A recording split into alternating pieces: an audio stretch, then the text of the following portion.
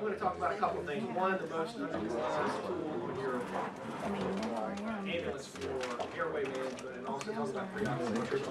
So one of the reasons this is so important, somebody else may have showed you the slide this morning, but each attempt with intubation, every time you do more than one attempt, the complication rate goes up, it doubles, it quadruples. One, it's about 14%. Second, it's about 50%. And most of that is just esophageal intubations or oxygen desaturations. And we'll talk more about oxygen desaturation again. But the caveat to this is your first attempt should be your absolute best attempt. Okay, so plan B, obviously we got a plan B, C, D, all those steps. But you ought to make the environment and the patient, your first attempt should be your best attempt. All right, so what is your most underutilized airway tool? BVM. Well, yes, I would agree with you. That absolutely is the most one of the most underutilized. Any other guesses? Surgical crike can be, only because you wait too long to use it. Stretcher.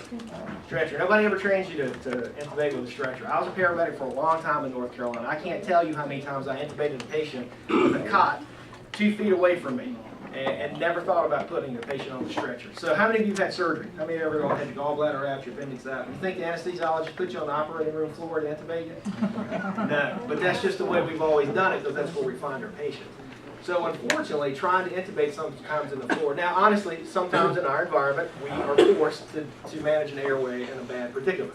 But most of the time, we can actually change the environment. We can change that predicament to our advantage. And using the stretcher is one of the most best ways to actually intubate a patient. We'll talk more about that as we go on. That's normally at the end, but I wanted to put it at the beginning for this particular talk. I've reshuffled this talk just a little bit. First position of airway management, position. What is the best position?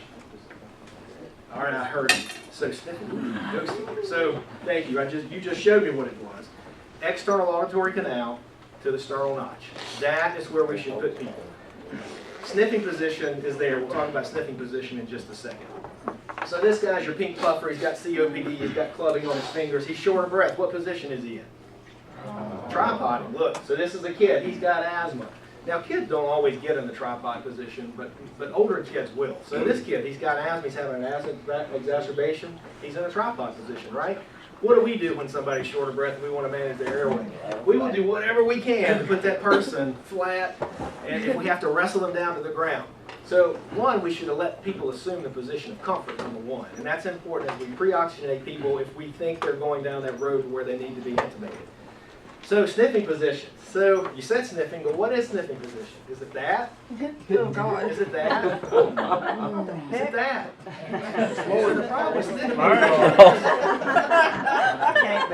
the problem with sniffing position is nobody ever really defined what sniffing position is. And if you try to mathematically define what sniffing position is, it's hard. Everybody's got a little bit different idea about what sniffing position is. Some people say it's the 4 o'clock English guy sipping tea. So your head's a little extended and you got your lips out to get tea. So, but this is what you see in textbooks. You see all these axes, you got your oral axis, your laryngeal axis, your pharyngeal axis. It's all BS. Forget about all that stuff. Don't worry about it. You don't need it because the best position that you need to remember is only one. And that is the external auditory canal equal parallel to the sternal notch. So how do we get somebody in that position? So look at this guy. This guy's not obese. He doesn't have a short neck. He's got a prominent Adam's apple. He's got no deformity. Look at all those things that might make him a difficult intubation. But if you try to intubate this normal adult male flat, you're probably going to fail.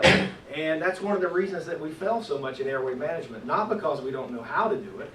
Intubation is pretty darn easy, right? I mean, the technique's pretty easy. Positioning is the part that nobody ever teaches us how to properly get someone in. It's just like painting a house. If you don't get the walls fixed, you use $1,000 of paint, it still looks like crap when you're finished because you didn't fix the nail holes, you didn't fix the seams. You got to get the patient prepared for airway management. So this is not just for intubation, it's for airway management. So look, this guy needed 1, 2, 3 blankets to put him in the proper position.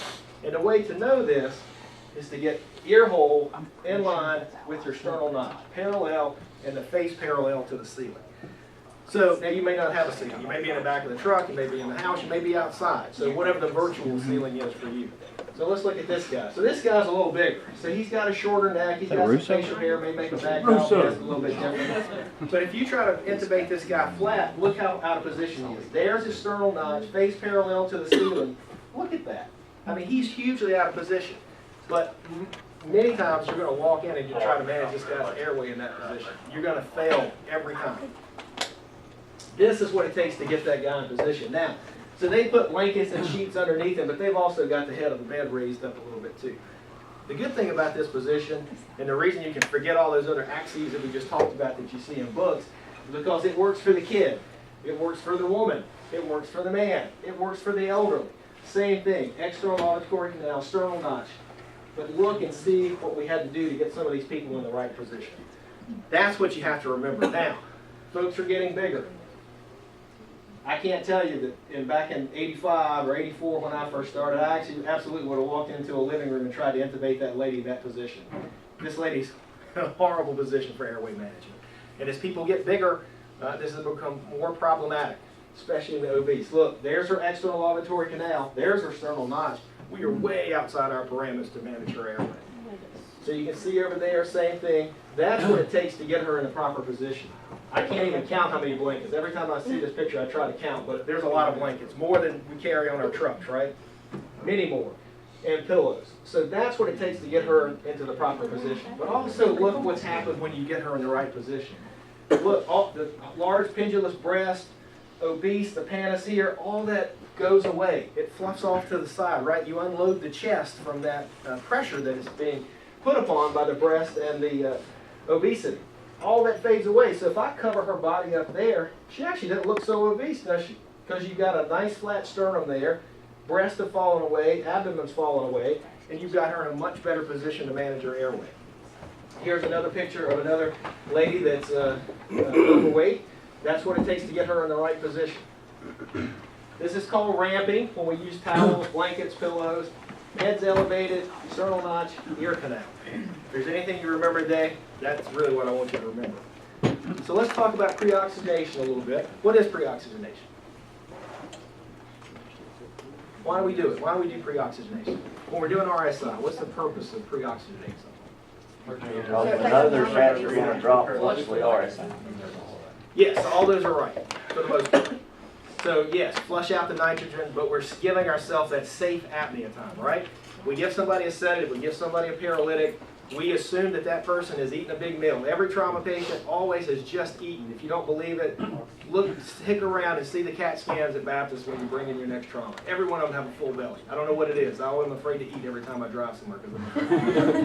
Every trauma patient has a full belly. But we want to oxygenate that patient so that when we give that sedative and we give that paralytic and we have that apnea time where they're not breathing, we want to extend that time before they desat. That gives us ample time to actually manage the airway to intubate. So that's what's so important about pre-oxygenation. So a couple of things. Somebody actually said it. So nitrogen washout. So we want to watch. So what are we breathing right now? What FiO2 in the air what we're breathing? 21% oxygen, right. So same things in the bloodstream, same thing that's in the lungs.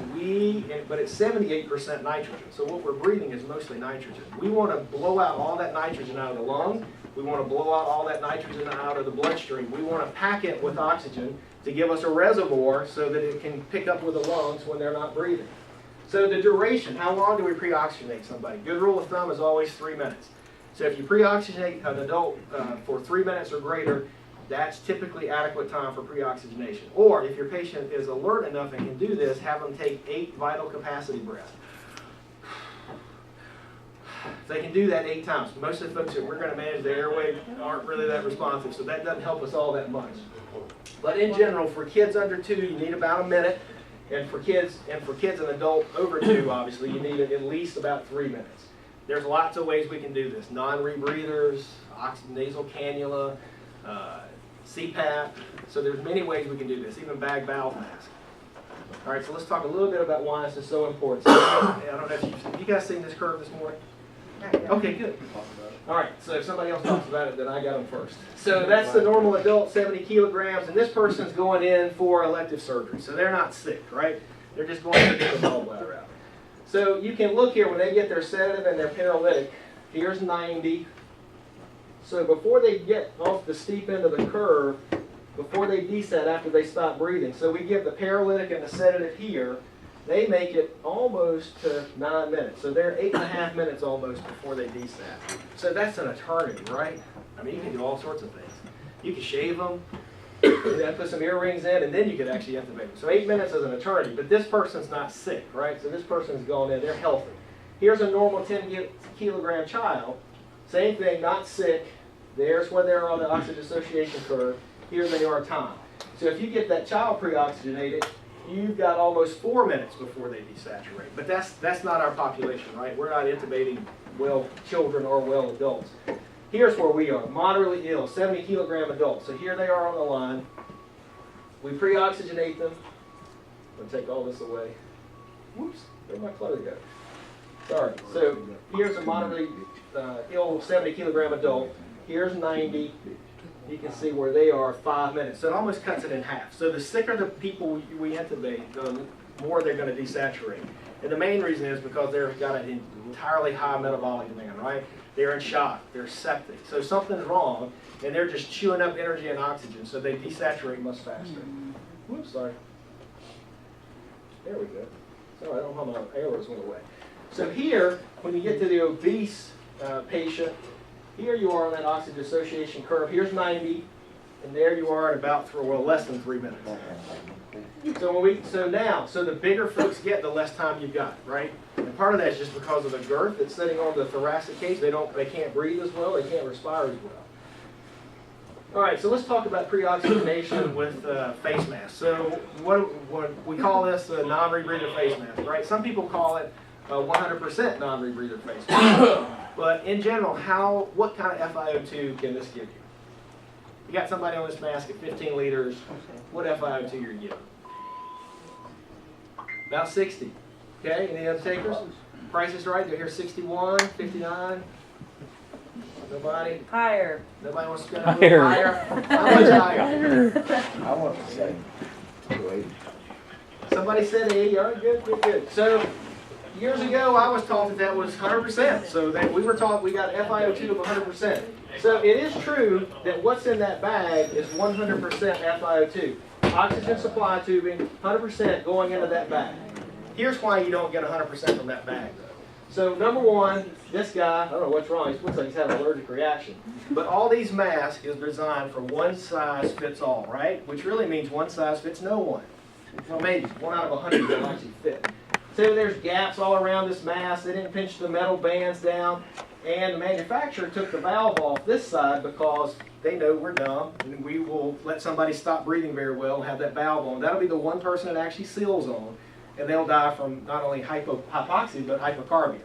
So this was taken off as a safety device so that we don't let somebody breathe back their own CO2. But that's also a big hole. So it is true when this guy takes a breath, he's going to suck in 100% FiO2 from that bag. But he's also going to entrain 21% ambient oxygen too, right? So it dilutes it. By the time it gets to his respiratory tract, it's probably around 60%, 60, 70% maybe. So you can crank the flow leader up. So normally our flow regulators, like in the hospital, they go up to 15 liters. What we carry is different. The ones you have in the truck, you may have a flow leader, but the ones on the tanks typically are just a set liter flow. So if you've got a flow regulator, you can crank it up to the very top. If you can get somewhere between 30 and 60 liters per minute, you can approach 90% with these masks. But under best circumstances, assuming that you got a forced seal, you're looking at about somewhere between 40 to 60%. So how can we make this better? How can you make that oxygen cannula better? How can we deliver more oxygen? Add a nasal cannula. Absolutely. So here's a Forsyth County medic that let me take a picture with the nasal cannula on. She probably didn't know I was going to show it to you guys. So in general, when we put on a nasal cannula, what do we do when somebody needs more therapy? We take it off, throw it away, put on a face mask. There's no reason to take this nasal cannula off. This nasal cannula is going to become your best buddy later on as we talk. So put the nasal cannula on.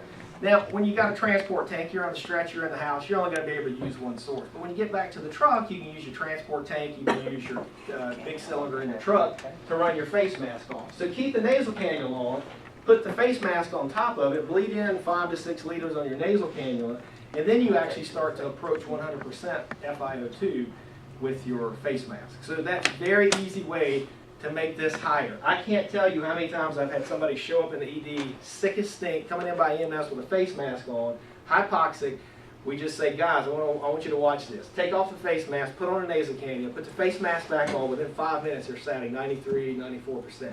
That doesn't mean they may not be intubated, but it certainly just bought yourself some time. You got them better pre-oxygenated, and you bought yourself some time to plan what you're going to do next. So once you put the cannula on, get in the habit of not taking it off until you're cutting it away from your endotracheal tube. That's really the only time you need to take it off. I know people are going to look at you funny when you get to the hospital, but more and more people are learning this technique. So this is, anybody know what this is? PEEP valve, right? You guys carry them? Good. This is one of the best tools you can use. So there's a lot of ways we can use non-invasive ventilation. We can use CPAP. So a question, do you know what FiO2 your CPAP delivers? Or can you adjust the FiO2 on your unit? So you can adjust your pressure, I bet. It's all one. The higher you turn your oxygen, the higher the pressure gets. So can you manipulate your oxygen setting? Okay. So I don't know. I don't know which one you carry, but I can tell you from Stokes and Davey using different ones in the past, many of the devices that are out there now only deliver about 28% FiO2. The reason is, yes, you do crank the oxygen flow rate up, but it's got that big filter on the side and it's sucking in ambient air because it works by the Venturi effect. The faster the air goes, the more pressure it can generate. Just like when you're driving down the road with a convertible and the top blows up. That's the same principle. So yes, you can turn the oxygen up, but it doesn't actually increase the FiO2. So, and I don't know exactly what yours carries, but we've actually gone to different devices where we can adjust the amount of oxygen, like 30%, 60%, and 90%. But we still manage to keep that nasal cannula on even under the CPAP. So if you've had in the past where you had somebody on CPAP that didn't seem to be working, their oxygen wasn't improving, it might be because your units are using a lower FiO2. I don't know, it's just something you need to look at on your own units. If you can't adjust the oxygen, it's a fixed rate and it's much lower than everybody thinks it is. I believe we have what you all had before you switched. Okay. I'm pretty sure. Just a single unit, crank it up, Yeah. and you can adjust the pressure. Probably. So you're probably delivering about 28 or 30% FiO2. So basically you're delivering about what a nasal cannula delivers by itself. And then when you add that nasal cannula underneath it, you can actually drive up your oxygenation. Yeah, So I would check that, check your own equipment. I'm not sure exactly what you carry, but that's So you're not worried about the compromising the seal? No, the seal is not going to hurt. It's not going to be enough of a compromise to actually affect it. Reseal it. So a couple ways. So you can use non-invasive ventilation. You can use our CPAP. You can augment that with a nasal cannula to better oxygenate somebody. Some of the things to remember, though, if you've had somebody on high-flow oxygen for greater than 3 minutes and their oxygenation is not coming up, they probably got a shunt. And that means they probably got pneumonia. They probably got a PE. There's something that's keeping air and blood and alveoli mixing. So there's some sort of shunt physiology going on there. So if you're pre-oxygenating somebody and they're not getting better, go to CPAP much earlier. So one of the problems with CPAP is we don't go there early enough. But if you're ventilating somebody with a bag valve mask, use that PEEP. So if you were having trouble oxygenating them to begin with, definitely stick that PEEP valve on your bag valve mask unit and use it, because that will actually help augment your oxygenation. Opens up that alveoli, makes it easier for the blood and oxygen to mix. So anybody that's ever heard of apneic oxygenation? This is, I know some of you are naked because I beat you over the head with it. So apneic oxygenation. So studies showed a few years ago that they take healthy people, put them in the OR, they would sedate them, paralyze them, they'd take their gallbladder out. These were folks coming in for an elective surgery. They did not ventilate them. No one got any ventilation whatsoever. No bag valve mask ventilation. Didn't get intubated. They just put a nasal cannula on it, 5 liters. Some of those folks, they could oxygenate for over 100 minutes. Now, a recent study just came out with a sick population in the intensive care unit, and it didn't show the same results. So right now, we're not quite sure exactly if this is a benefit or not. I can tell you this, though, it's not a harm. What happens is, when you've got a nasal cannula and you create this pressure head of oxygen, and just like electricity and water, things flow from a higher pressure to a lower pressure. So we drive oxygen down the respiratory tree, goes into the alveoli, blood's still circulating, so the patient can get oxygenated. They're just not ventilated. So we can use this. This is why I say don't take that nasal cannula off. Put the nasal cannula on, put the face mask on top of it. If you got to use CPAP, put it on top of that. Even if you change to a different device where you can change the FiO2, keep it on. Because when you get to the point that you need to intubate someone, You want to crank that nasal cannula up during the period that you give them sedative and paralytic, and that hopefully will help keep them from desatting during your attempt. And that's what apneic oxygenation is. They're not breathing, but we can still oxygenate them. Very simple. That's why I say no reason to ever take your nasal cannula off, because you might need it later, and you may actually prevent desaturation. Patient position. Supine, worst place to put somebody that's short of breath. Anybody got asthma, COPD in here? Anybody ever been short of breath? And we just said, nobody ever short of breath lays down. If somebody's short of breath and laying down, they're saying, I'm dying, I'm getting ready to die. That's what that is. Nobody ever gets flat when they're short of breath. So trying to pre-oxygenate people in the supine position is actually counterintuitive. We get atelectasis, the lung alveoli collapse, and they're taken out of oxygenation then. So the best place is to put people semi-sitting.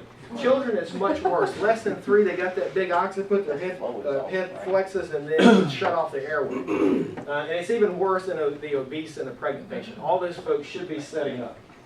Lots of studies have been done with this, looking at different positions. 20 to 45 degrees sitting up, or Fowler's position, that can actually increase your safe apnea time about 1.5 minutes. So you can get an extra minute and a half with a very sick person by pre-oxygenating them in a sitting position. Obese population extended the period about 1 minute. And then spinal immobilization, hopefully we're all moving away from spinal immobilization. But in that rare instance where you actually need somebody on a spinal board and they need to be intubated, if you can put them in reverse Trendelenburg, that's actually one of the best places to be, because it extends their safe apnea time. So here, the Stryker, you guys carry Stryker? I don't know what you carry. So the Stryker, if you put the Stryker in the full up version, you actually have the patient already in a reverse Trendelenburg. So if you're moving off the scene, you know, you can put high flow oxygen on. You've got at least a couple of minutes to get to the rig while you're pre-oxygenating the person in a reverse Trendelenburg. Once you get in the unit, Stryker levels out, so then you don't have that reverse Trendelenburg anymore. But one of the nice things about the Stryker is the head of the bed kind of flops up about 10 or 15 degrees anyway, so it doesn't lay completely flat, and that's actually a benefit too. So ramping, let's talk about ramping. We showed you these pictures before. These are all pictures of ramping. But, so how do we do it? Because we don't have that many towels and blankets on the truck, right? I don't even have any pillows in the emergency room. Here's what we've done in the past. So you can see some people get taught to, they take that right hand, they crank that head back. And what you do is you cause that larynx to go to the moon. So you're putting your patient out of the correct position. That's why I say once you get that patient in the correct position, earlobe to sternal notch, you're done. You shouldn't have to manipulate their head anymore. That right hand ought to be manipulating their larynx while you're looking with the left hand. Remember, the right hand is not a tube holder. You ought to be manipulating the larynx to get a better view. But get out of the habit of cranking folks' heads back. And this is very common. It's every day we intubate one with a resident. This is the normal thing, to crank that head back. And remember, you can put oropharyngeal airways in the mouth. You can't put an oropharyngeal airway in the nose. I guess you could, but it's trauma. But you can put 4. So you can put a nasopharyngeal airway in both nares, and you can put 2 in the mouth. Don't think that you're obligated to just one device. You put airways in until you run out of holes, because that's going to keep the tongue off the back of the neck and keep your airway open. All right, so here's some more pictures. Here is where really the stretcher comes in handy. So you've got your patient upright. Oops, you've got the back of the head kind of at the mattress. So you've allowed the stretcher to take the place of those blankets and pillows that we were talking about before, because we don't have all those on the back of the truck. Earlobe to the sternal notch.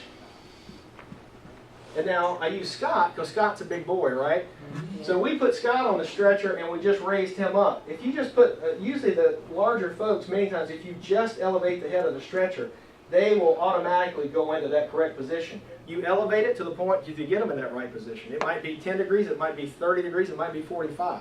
But you stop when you get them in the correct position. All right, so here's some steps. So this is, I need to take some pictures of a regular cot. So some of you with gray hair like me may have been taught sometimes to intubate like that. There you go. Pull people's heads off the back of the stretcher. There's probably no worse position you could actually put somebody in. So if you really don't want to get the intubation, do that, because that will help you fail every time. But this is a way you can actually use the stretcher to your benefit. So you drag the patient where the head comes off the edge of the bed, put the edge of the mattress in the nape of the neck, and then as you raise the stretcher up, the body slides down, mattress catches the neck, and then you can put that person in the correct position. Earlobe, sternal notch, face parallel to the ceiling. Use your stretchers for airway management. Now, the last step of this is to get you and the patient in the right position. So patient, all right, so she's a little bit out of position, so her head needs to be extended back a little bit. Her face is not parallel to the ceiling, but we got her ramped up so she's almost in the right position. But the best position to be in is if you can put your navel, I had Scott show me where his belly button was. So you put his belly button to her nose. So that's the best position to be in. If you can get the patient's nose at the level of your belly button. Maybe you put the stretcher all the way down to the floor, you're on your knees. That's fine. Just get it where it's about at the level of your belly button. That puts you in the optimal position as you've got the patient in the optimal position. That also allows you to keep your arm at a lever so that you are not holding, so you're not using so much strength to intubate. If you get people in the right position, intubation shouldn't be that hard. It shouldn't be physical. You shouldn't be fighting to intubate somebody. It ought to be really easy. Most of these folks you should be able to intubate with just a few fingers on the laryngoscope. All right, so here's a picture of the stretcher all the way down. You got nose to navel. All right. Now, I wish they had shown this. Anybody ever talk to you guys about the tomahawk position? All right, so cool. So that's not the tomahawk, but in a really obese patient, tomahawk position is where one provider gets on this side, puts the blade in, pulls up, gets a look, and then somebody else, and then the lady here with the gold hair would have intubated him at the head of the bed. So tomahawk's pretty, that's how the Israelis actually intubate. All their intubations are done with a tomahawk. So all these things that you see in gyms and all those other places, these are all really just bad positions to intubate. This is my favorite.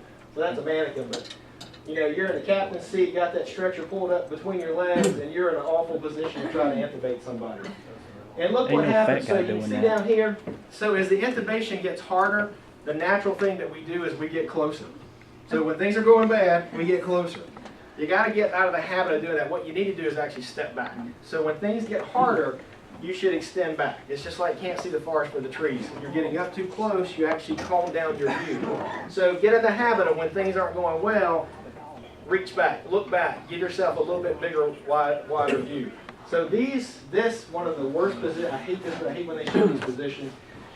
Stretcher's probably 3 feet away from this person. So again, if somebody's entrapped and you got to do that, great. You got to do what you got to do. That's what we do. We improvise. But if the patient's not entrapped, there's no reason not to put that patient on the stretcher, put them in the right position, intubate them the first time, and have a definitive airway instead of trying to intubate people in these bad positions. Stretchers also work for kids, but it's just something we never talk about, never got trained on. Nobody ever tells you to use your stretcher to intubate. So pre-oxygenation, proper positioning, and use that stretcher.